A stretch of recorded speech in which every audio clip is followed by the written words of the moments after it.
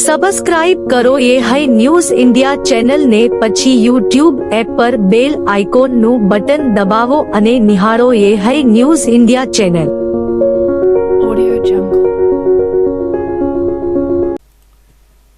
બનાસકાંઠા જિલ્લાના Tharad market yard committee દ્વારા 6 આકસ્મિક મૃત્યુ પામેલાના પરિવારોના વારસદારોને 1 લાખની સહાયની રકમના ચેક આપવામાં આવ્યા હતા।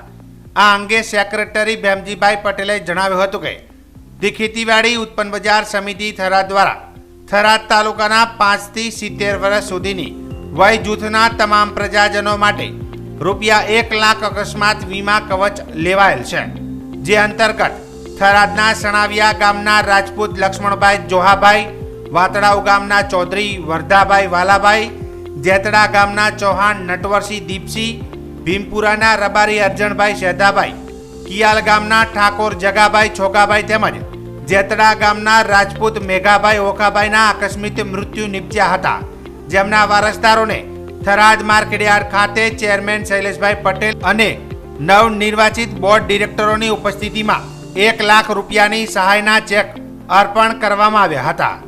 આ પ્રસંગે માર્કેટયાર્ડના વાઇસ ચેરમેન કરણસિંહ ચૌહાણ તથા સેક્રેટરી ભેમજીભાઈ પટેલ તથા બોર્ડ ઓફ ડિરેક્ટર્સ તથા માર્કેટયાર્ડના વેપારીઓ અગ્રણીઓ આ પ્રસંગે માર્કેટયાર્ડના બોર્ડ ઓફ ડિરેક્ટર તથા માર્કેટયાર્ડના વેપારીઓને અગ્રણીઓ સહિત બનાસકાંઠા સાંસદ પરબતભાઈ પટેલ ઉપસ્થિત રહ્યા હતા।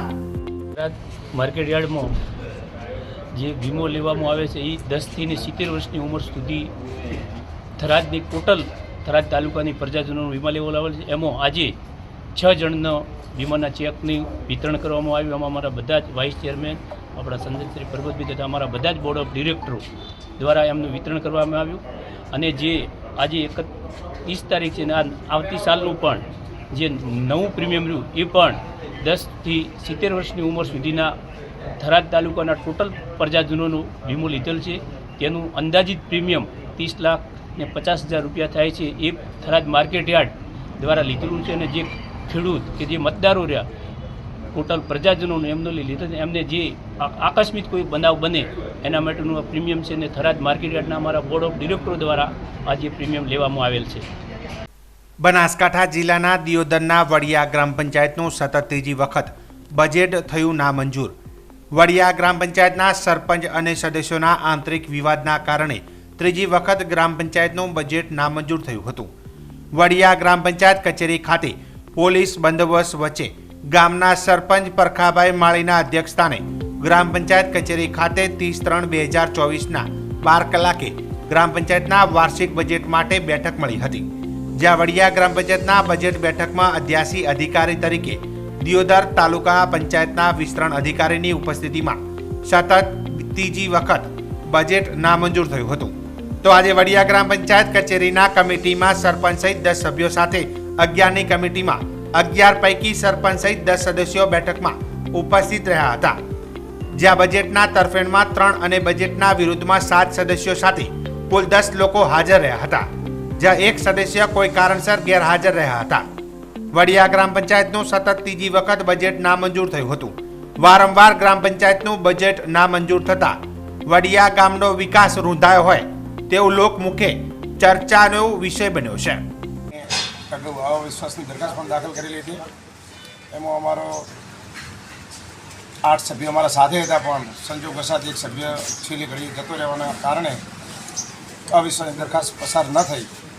પણ અમારે સરપંચે મોટા પાયે ભ્રષ્ટાચાર કરેલો હોવાના કારણે પંચાયતના સભ્યો વારંવાર માગણી કરેલ કે ભાઈ પંચાયતનો હિસાબ આપવાનો, હિસાબ આપવામાં આનાકાની કરતાં લગભગ એને 2 વર્ષ કાઢી નાખ્યા અને સતત ભ્રષ્ટાચાર કરવાનો એણે ચાલુ રાખેલો। છેલ્લે પછી પંચાયતના સભ્યોને ધીરજ ખૂટી એટલે એમણે અવિશ્વાસની દરખાસ્ત દાખલ કરી। એમાં એ સક્સેસ ના ગયા પછી એમને છેલ્લે બજેટ નામંજૂર કર્યું। સતત એક વખત પંચાયતે બજેટ બોલાવ્યો, એમાં 7 વિરોધ 4 વિરોધ 7 ગયા, નામંજૂર થયો। બીજી વખત તાલુકા પંચાયત બજેટની મુદત આપી, એમાં પણ નામંજૂર થયો। ત્રીજી વખત એમને જિલ્લા પંચાયત ચાન્સ આપ્યો તો પણ બજેટ 3 વિરોધ 7 નામંજૂર કરેલો છે। અને અમે પણ ટીડીઓ સાહેબને આજે રૂબરૂ મળેલા છો। અગાઉ પણ અમે એના વિરોધમાં જિલ્લા પંચાયતમાં કેસ પણ 57 દાખલ કરેલો છે। એટલે આના અંદર સંપૂર્ણ ભ્રષ્ટાચાર બહાર આવે એવી સાહેબને રજૂઆત કરી છે, ડીડીઓશ્રીને રજૂઆત કરી છે અને સરકાર સુધી અમે આ વાત ધ્યાને પકડેલી છે. એટલે સરપંચ સસ્પેન્ડ થાય અને હોદ્દા ઉપરથી દૂર થાય અને સત્વરે વહીવટદારની નિમણૂક થાય અને ઠોસની યોગ્ય ગામનો વિકાસ થાય એના માટેની સંપૂર્ણ કાર્યવાહી કરી છે. બજેટ નામંજૂર થવા માંગે મારું નામ માળી પરખાથી કેસાથી વડિયા સરપંચ. મારે અગાઉ 6 મહિનો પહેલાં મારા ભાઈનો પોતરો અને એક લુણાવાની છોકરી ભાગી ગયેલા હતા. એમાં સમાજે મને ખૂબ દબાણ કરી કે તમે ગમે કરો પણ છોકરી પાછી લઈ આપો. મેં છોકરી પાછી લઈ આલી 85 દાડા એના માવતરો પાસે રહી. સત્તો છોકરીને મોની છોકરાને ઈશારો કરીને કેસ કરાયો ને છોકરે કેસ મળ્યો ને છોકરીને ફેમિલી કોર્ટમાં રજૂ કરી. ત્યારે છોકરા તરફેણ મેં બોલી ત્યારે એ મારા વિરુદ્ધ કરી. અને આ ત્રીજી ટર્મ છે ભાઈ તાલુકામાંથી સાહેબો પણ આવ્યા હતા, જિલ્લાની ટીમ પણ આવી હતી, જિલ્લાના આદેશથી જીવદનની ટીમ આવી હતી. છતાં ભાઈ બજેટ મંજૂર કરવા હાલતા નથી. અમુક ગામના લોકો કમિટીવાળાને ખાસ ખૂબ દબાણ કરે એકતા કરી અને ત્રીજી ફેરે એને નામંજૂર બજેટ કરાવ્યું છે. અને સામાજિક ખાસ મને સામાજિક ડખો નડે છે અને કાયમી કમિટી સભ્યોને ગામને હાથે રાખીને મેં કામ કરેલો છે અને હાલે કરવાનું છું. હું કોઈનાથી વિરોધ કરતો નથી. જ્યારે મારે મિટિંગ હોય ત્યારે 200-200ના ટોળા લઈને ગામમાં આવે છે. સતત ત્રીજી વખત બજેટ નામંજૂર થયું. આગળ તમે શું રજૂઆત કોને કરવાના છો કે નથી કરવાના? હા, રજૂઆત કરીશ. મારે તો પછી કરવું તો પડશે જ ને ગમે. કોને રજૂઆત કરવાના છો? હું કમિશનરને કરીશ, ડીડીઓ સાહેબને કરીશ, ગમે એને કરીશ ને. મારે સામાજિક ડખો છે. સામાજિક ડખા માટે મને હેરાન કરે છે. બીજું મારી કોઈ તકલીફ નથી ને.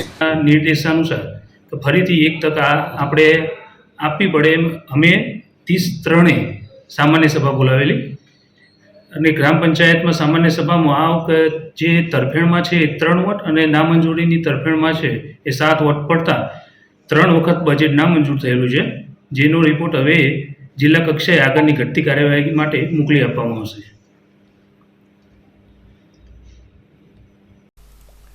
બનાસકાંઠા જિલ્લાના ધાનેરા ખાતે બનાસકાંઠા લોકસભાની ચૂંટણીને લઈને આજે ધાનેરા તાલુકા વિધાનસભાની ભાજપ કાર્યાલય ખાતે કાર્યકારી બેઠક યોજાઈ હતી, જેમાં આવનારી લોકસભાની ચૂંટણીની તૈયારી સ્વરૂપે ધાનેરા મંડળના પદાધિકારીઓ અને હોદ્દેદારો, મંડળ મોરચાના પ્રમુખ, મહામંત્રી, જિલ્લા પંચાયત, તાલુકા પંચાયત લડેલા ઉમેદવારો, શક્તિ કેન્દ્રના સંયોજકો અને પ્રભારીઓ, ઘર ઘર સંપર્કના સંયોજકો, સોશિયલ મીડિયાના સંયોજકો, સહસંયોજકો, તમામ અપેક્ષિત શ્રેણીના કાર્યકર્તાઓની બેઠકમાં હાજરી આપી હતી.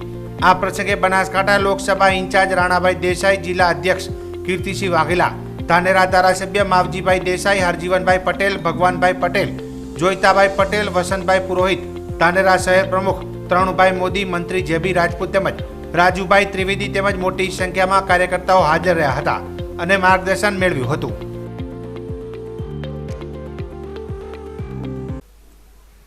લોકસભાની ચૂંટણી નજીક આવી રહી છે ત્યારે રાજકીય પક્ષો દ્વારા પ્રચાર પ્રસાર શરૂ કરી દેવાયો છે.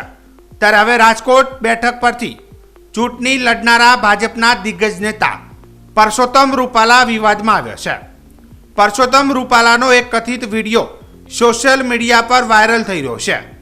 અનુસૂચિત જાતિ સમુદાયના એક કાર્યક્રમમાં રજવાડાઓ અંગે બોલતા સમયે તેમની જીભ લપસી હતી, જેમાં તેમણે ક્ષત્રિય સમાજ અંગે વિવાદાસ્પદ નિવેદન કર્યું હતું.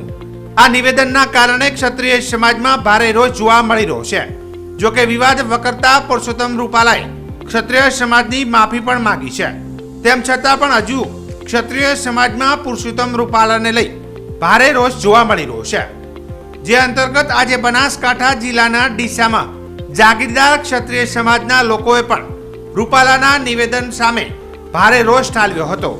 ક્ષત્રિય સમાજના આગેવાનોએ આજે 3 હનુમાન મંદિરથી રેલી સ્વરૂપે નાયબ કલેક્ટર કચેરી પહોંચ્યા હતા અને નાયબ કલેક્ટર કચેરીએ નેહા પંચાલને આવેદનપત્ર આપી રૂપાલાની ટિકિટ રદ કરવાની માંગણી સરકાર સુધી પહોંચાડવા માટેની રજૂઆત કરવામાં આવી હતી. ક્ષત્રિય જાગીરદાર સમાજના આગેવાનોની માંગ છે કે પુરુષોત્તમ રૂપાલાની લોકસભાની ટિકિટ રદ કરવામાં નહીં આવે તો પાર્ટીને પણ મોટું નુકસાન સહન કરવું પડશે તેવી ચીમકી પણ ઉચ્ચારવામાં આવી હતી. તાજેતરમાં રાજકોટ લોકસભાના ઉમેદવાર રૂપાલા સાહેબ જાહેર મંચ ઉપર ક્ષત્રિય રાજપૂત સમાજને ટાર્ગેટ કરી અને એવું બોલ્યા હતા કે દરબારોએ મહારાજાઓએ અંગ્રેજો સામે ઝૂકી અને રોટી બેટીના વ્યવહાર કર્યા હતા. તો અમે આ સખત શબ્દોમાં રાજપૂત સમાજ રોષે ભરાયેલો છે અને આજે અમે પ્રાંત કચેરી ડીસા મુકામે અમે આવેદનપત્ર આપવા માટે અહીંયા આવેલા છીએ. જ્યાં સુધી રૂપાલા સાહેબ પોતાનું નામાંકન પત્ર રદ નહીં થાય ત્યાં સુધી દરબાર સમાજ શાંતિથી બેસવાનો નથી અને સમગ્ર ભારત દેશની અંદર આ પરિણામોને ભોગવવા તૈયાર રહેવું પડશે. એટલું અમે સરકારશ્રીને વિનંતી કરીએ છીએ. મારું નામ છે વાઘેલા બહાદુરસિંહ કેસરસિંહ જીરડા, રાષ્ટ્રીય રાજપૂત કરણી સેના જિલ્લા અધ્યક્ષ. રાજકોટ લોકસભાના ઉમેદવાર પુરુષોત્તમ રૂપાલા ક્ષત્રિય સમાજ વિશે અભદ્ર ટિપ્પણી કરી છે અને સખત શબ્દોમાં અમે વખોડીએ છીએ અને ભવિષ્યમાં જો એમનું નામાંકન રદ નહીં કરવામાં આવે તો સમાજ જે નિર્ણય લેશે એમના માટે અમે તૈયાર છીએ અને ખરેખર પાર્ટીને પણ નુકસાન જશે તેનું ધ્યાન પાર્ટીએ પણ રાખવું પડશે. બનાસકાંઠા જિલ્લા પોલીસ વડાના માર્ગદર્શન મુજબ એસઓજી પોલીસ દિયોદર વિસ્તારમાં નાઇટ પેટ્રોલિંગમાં હતી. તે દરમિયાન હકીકત બાતમી મળેલ હતી કે દિયોદર તાલુકાના રૈયા ગામે રહેતા અમૃતભાઈ મોતીભાઈ પરમાર તેમના ઘરે લાયસન્સ વગરની બંદૂક રાખેલ છે. જે હકીકત બાતમીના આધારે એસઓજી પોલીસે મોડી રાત્રે રૈયા ગામે રહેતા અમૃતભાઈ મોતીભાઈ પરમારના ઘરે તપાસ હાથ ધરી હતી. જેમાં એસઓજી પોલીસને દેશી બનાવટની બંદૂક મળી આવેલ, જેની કિંમત ₹5000ના મુદ્દામાલ સાથે જપ્ત કરી દિયોદર પોલીસ મથકે લાવેલ અને પરવાના વગર હથિયાર રાખવા બદલ બનાસકાંઠા એસઓજી પોલીસે અમૃતભાઈ મોતીભાઈ પરમાર સામે ગુનો નોંધી કાયદેસરની કાર્યવાહી હાથ ધરી હતી.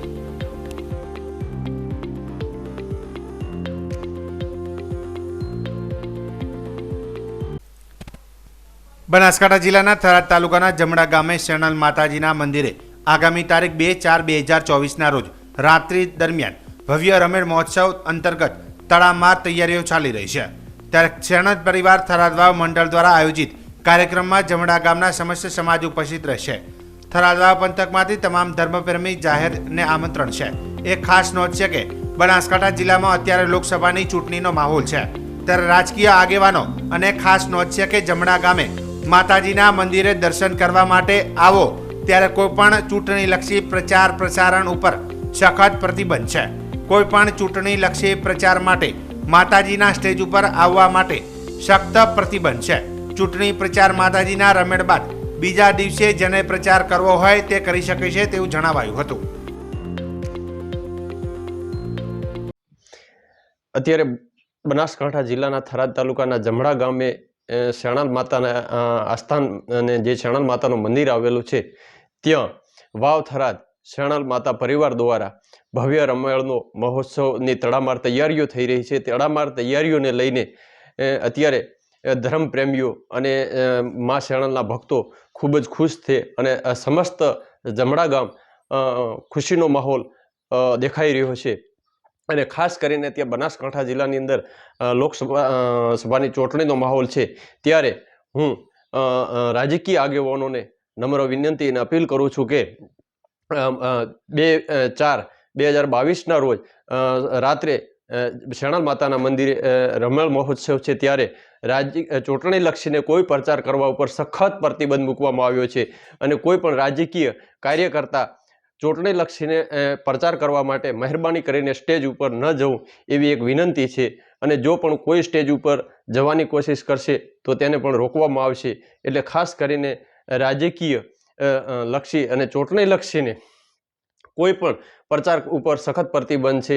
એટલે ખાસ કરીને રાજકીય ચૂંટણી લક્ષીને ઉપર પ્રતિબંધ છે એને લઈને ખાસ ધ્યાન દોરવું અને જમણા ગામના સમસ્ત સમાજ અને વાવ થરાદના ધર્મપ્રેમીઓ માતાજીના આસ્થાને બહોળી સંખ્યામાં માઈ ભક્તો પણ ઉમટશે અને અત્યારે તડામાર તૈયારીઓ ચાલી રહી છે.